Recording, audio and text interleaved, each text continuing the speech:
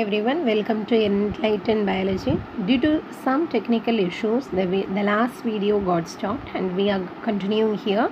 We were discussing after the third mitosis, the embryo sac has 8 nucleus. With this 8 nucleus, 4 present on each side, one from each side moves into the center, and then cytoplasm gathers around them and they form new cells. That's what we have discussed. And now let us see what is the structure of the embryo sac after these walls have developed. In the Chala cell side, we have 3 cells developed, which are referred as antipodal, and in the micropyle side, we have 3 cells, which are together referred as egg apparatus.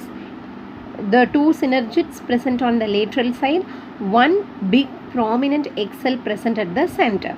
So together, this egg and synergids are going to be referred as egg apparatus. On the synergids, we have finger-like projection, which is referred as filiform apparatus, and the 2 nuclei which moved into the center is present within a big central cell, and these 2 nuclei are referred as polar nuclei. Since 2 nuclei are present, they are usually referred as bipolar nuclei.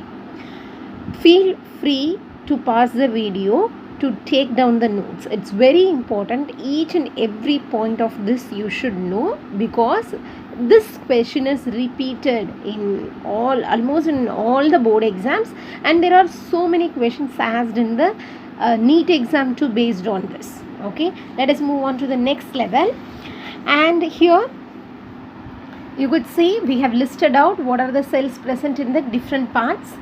Okay, and here we have at the micropyle side, we have one large distinct egg cell at the center, 2 smaller synergids at the sides. Together they are referred as egg apparatus, and finger-like projections are present on the synergid cells, which are referred as filiform apparatus. And what is the function of this filiform apparatus or filiform apparatus? You could pronounce that in both the way. This filiform apparatus secrete chemicals to attract pollen tube. So while the pollen is germinating, it should be attracted towards the egg. Hence, the chemicals are going to play a major role over there. And it also absorbs food from the new cells and provide into the embryo sac. These are the 2 functions of filiform apparatus. Then on the Chala cell side, we have 3 antipodal cell, and in the middle we have one larger central cell with 2 polar nuclei. So in the Chala cell side, we have antipodals. The number of cells are 3. How many nuclei are present over there? In each cell, 1 nuclei. So totally there are 3 nuclei over there. In micropyle side, there is egg and synergids, 1 egg cell and 2 synergids. So totally the number of cells are 3. Number of nuclei are, each cell has 1, hence it is 3. And in central cell, there is only 1 cell in the center, but it has 2 nuclei.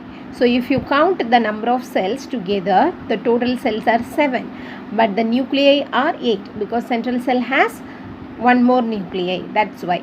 So this structure, embryo sac, is a 7-celled 8-nucleate structure. Okay, this 7-celled 8-nucleate embryo sac is referred as polygonum type of embryo sac, because it is commonly observed in a polygonum plant. And ovule is also referred as megasporangium. Embryo sac is referred as female gametophyte. So we have just few questions from here. So try to recollect the answer.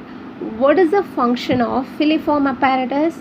To secrete chemicals to attract pollen tube and to absorb food from the new cells into the embryo sac. The next one, what is the first cell of the embryo sac? Megaspore is the first cell of the embryo sac. The female, what is the female gametophyte? Embryo sac is the female gametophyte. That is why it is written over here. How many cell divisions are happening to form embryo sac?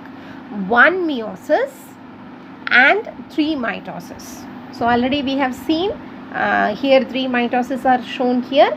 Already in another video we have seen meiosis happening here. Okay, one meiosis and 3 mitosis are required to develop one embryo sac.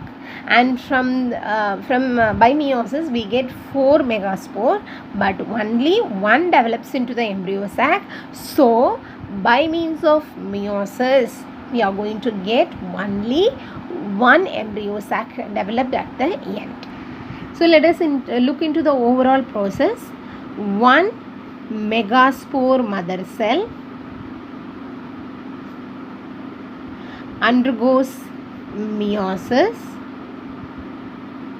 It undergoes meiosis. We get 4 megaspores. We get 4 megaspores, but one is functional, 3 degenerates.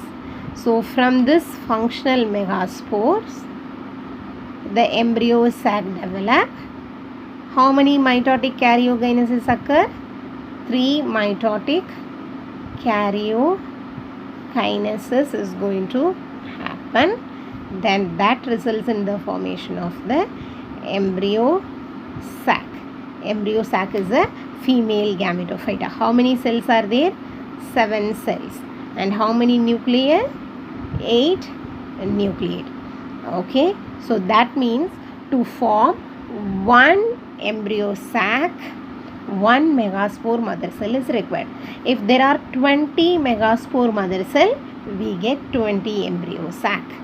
How many meiosis will happen from 1 megaspore mother cell? 1 meiosis. 1 megaspore mother cell undergoes 1 meiosis. So 20 megaspore mother cells will undergo 20 meiosis.